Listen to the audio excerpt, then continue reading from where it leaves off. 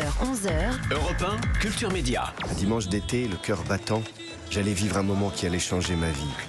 J'ai découvert le cinéma. Oui. Mais la guerre allait tout bouleverser. C'est comme ça le cinéma, c'est comme la vie. Je crois que j'aime mieux le cinéma que la vie.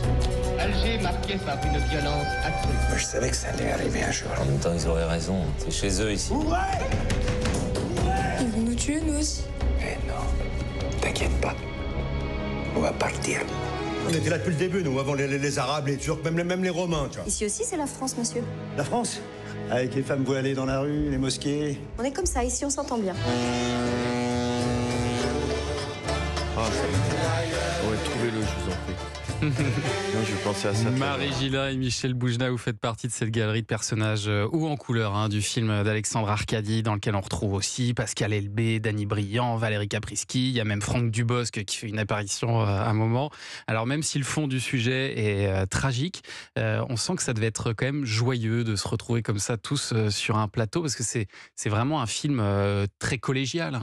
Michel, oui, et puis c'est un film sur la nostalgie de l'enfance, donc c'est aussi un film très joyeux, qui est rempli de personnages cocasses, une galerie de portraits plus attachants et plus drôles et plus touchants les uns que les autres. Donc c'est vrai que c'est le fond qui est dramatique. Enfin, oui, c'est la guerre qui est évidemment en toile de fond, bien sûr, mais vu par le regard d'un jeune homme qui aime profondément le pays dans lequel il grandit et qui découvre en même temps le cinéma. Donc c'est un film qui est vraiment délicieux parce qu'il est empreint d'une insouciance aussi. Et alors vous, Marie Gillin, vous campez Dina, c'est la mère d'Antoine, et donc la mère d'Alexandre Arcadi.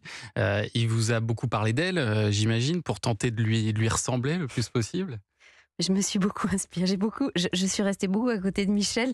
Pour l'accent, c'est ça ? Pour la musique de l'accent, parce que c'est vrai que ça m'était quand même assez étranger. Moi, c'est vrai que j'ai absolument aucune forme je viens de Belgique, donc moi je suis 100% belge.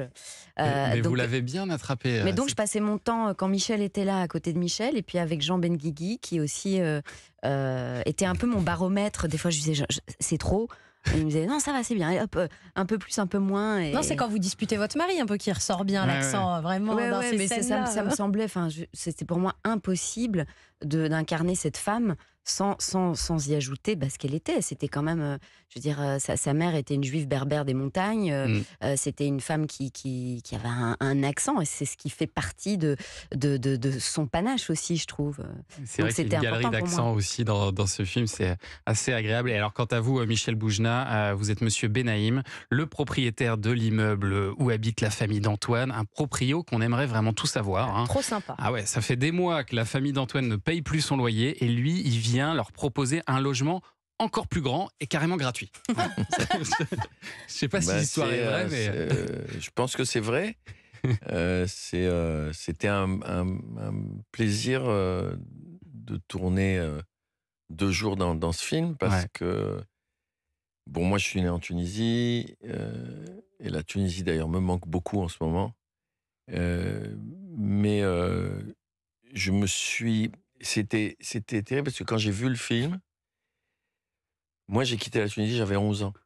J'avais pratiquement le même âge qu'Antoine dans le film, qu'Alexandre dans le film. Et donc j'ai retrouvé des émotions oui, j'imagine. de mon départ, qui étaient d'ailleurs dans des conditions différentes, parce qu'il n'y avait pas la guerre.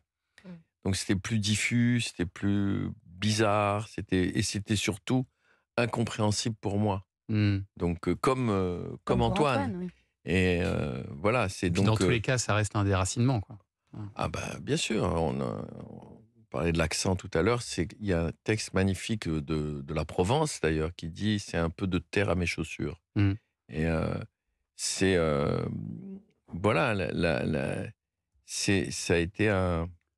J'avais l'impression de replonger. Dès que j'ai mis le costume, le chapeau du personnage, et je suis monté dans la voiture, surtout qui était une traction avant. C'est des voitures que j'ai connues moi petit. Je me suis retrouvé comme dans Back to the Future là. On va continuer à parler de ce joli film. Marie Gillin, Michel Boujna, vous êtes nos invités jusqu'à 11h, et dans 2 minutes on va dresser votre portrait sonore. À tout de suite.